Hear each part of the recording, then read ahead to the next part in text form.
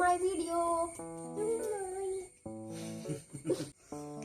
അപ്പൊ പുതിയൊരു വീഡിയോയിലേക്ക് എല്ലാവർക്കും സ്വാഗതം.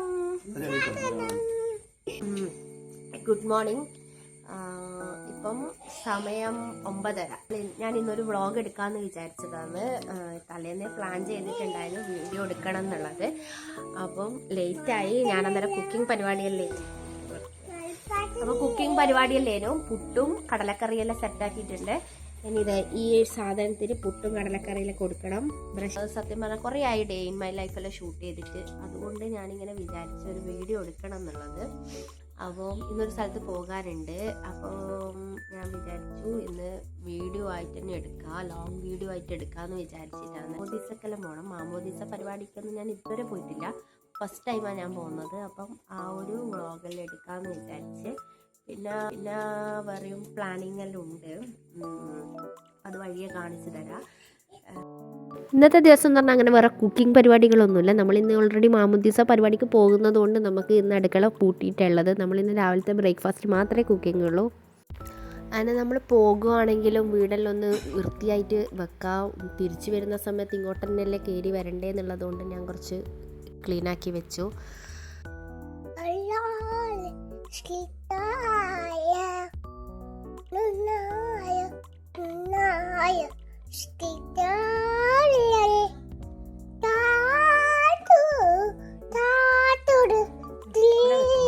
ഞാൻ എപ്പോൾ ഇങ്ങനെ ക്യാമറ സ്റ്റാൻഡിലെല്ലാം വെച്ചിട്ട് കണ്ടു കഴിഞ്ഞാലും നിലൂനെ എങ്ങനെയായാലും പാട്ടെല്ലാം പാടിയെന്ന് കണ്ണാടിൻ്റെ മുമ്പിൽ എപ്പം പോയി നിന്നിട്ടുണ്ടെങ്കിലും നിലൂന് ഇങ്ങനെ ക്യാമറയെല്ലാം ഓണാക്കി വെച്ചിട്ടും ഹായ് ഗായ്സ് പറയാനും അങ്ങനെയെല്ലാം വ്ളോഗ് എടുക്കാനും പാട്ട് പാടാനെല്ലാം ഭയങ്കര ഇഷ്ടമാണ് നിലൂന്. എന്താ ചെയ്യുന്നേ?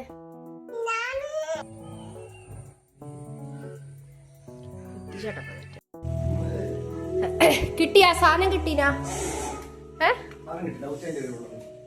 അതെ, ഞാനിത് കടലമാവെല്ലാം ആക്കിയിട്ടുള്ള മറ്റേ ഫേസ് പാക്ക് ആക്കിയതാണ്. ഉപ്ടാൻ ഫേസ് വാഷ് എല്ലാം ഇട്ട് കഴുകി.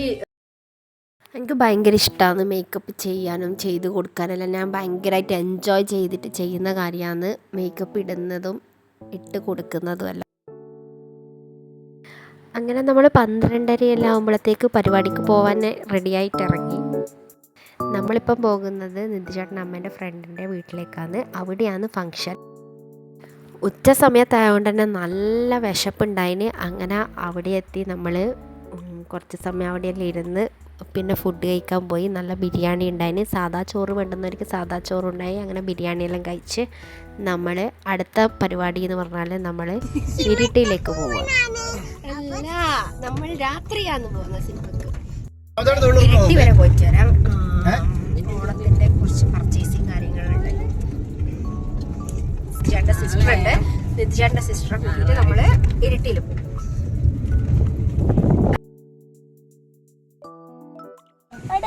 ചിക്കൻ തിന്നും അതെ, പലരുണ്ട് ചിക്കൻ.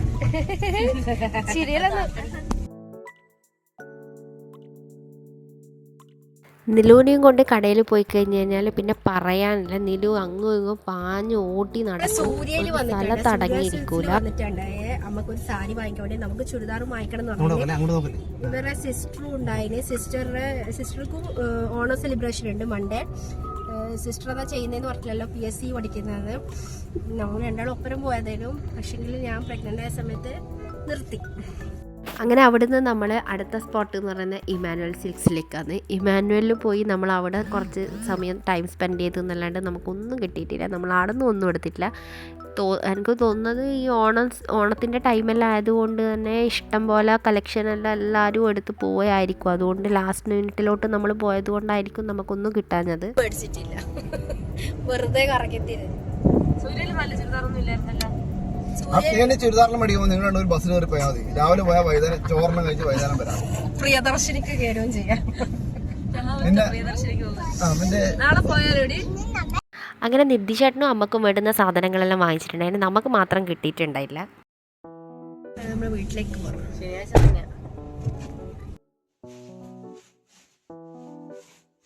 നമ്മളിതാ വീട്ടിലെത്തി. ഇഷ്ടമായതൊന്നും കാണുന്നില്ല. സെലക്ട് ചെയ്യാൻ അവിടെ ഇങ്ങനെ കൂട്ടിയിട്ടിട്ടുണ്ട്. പക്ഷെങ്കിലൊന്നും നമുക്ക് രണ്ടാൾക്കും ഇഷ്ടമായിട്ടില്ല. നിലൂനൊന്നും കൂട്ടാണ്ട് നമുക്ക് രണ്ടാൾക്കും മാത്രമായിട്ട് പോവാന്ന് വിചാരിക്കുന്നത്. ആക്കാൻ പോന്നേ നമ്മൾ ചായ കുടിയെല്ലാം കഴിഞ്ഞ് അപ്പൊ നെലൂന് നൂഡിൽസ് വേണമെന്ന് പറഞ്ഞു. അപ്പൊ ഞാനൊന്ന് നൂഡിൽസ് ഉണ്ടാക്കാന്ന് വിചാരിച്ച്. നമ്മൾ ഇനി എവിടെയാ പോകുന്ന നിലു? നമ്മള് ബത്ലഹേം കുടുംബ യൂണിറ്റ് സിനിമ ബുക്ക് ചെയ്തിട്ടുണ്ട്. 10 മണിക്കാന്ന് ഷോ. അവൾക്ക് ഒന്ന് ഐബ്രോസ് ത്രെഡ് ചെയ്യാൻ വേണ്ടിയിട്ട് പോകണം. നിധിചാട്ടിൻ്റെ ഒരു കസിൻ ഉണ്ട്, അവൾ ചെയ്തു തരും. അപ്പം നിധിചാട്ടിൻ്റെ സിസ്റ്ററും ഞാനും കൂടിയിട്ട് പോകാനാണ് വിചാരിച്ചത്. പറഞ്ഞിട്ടുണ്ട് നമ്മൾ വരും എന്നുള്ളതൊരു ഇപ്പം സമയം 7:45 അവൾ അപ്പോഴത്തേക്ക് എത്തും ഡ്യൂട്ടി കഴിഞ്ഞിട്ട്. അപ്പം നമ്മൾ അങ്ങോട്ടേക്ക് പോയിട്ട് ഐബ്രോസെല്ലാം ഒന്ന് സെറ്റാക്കി.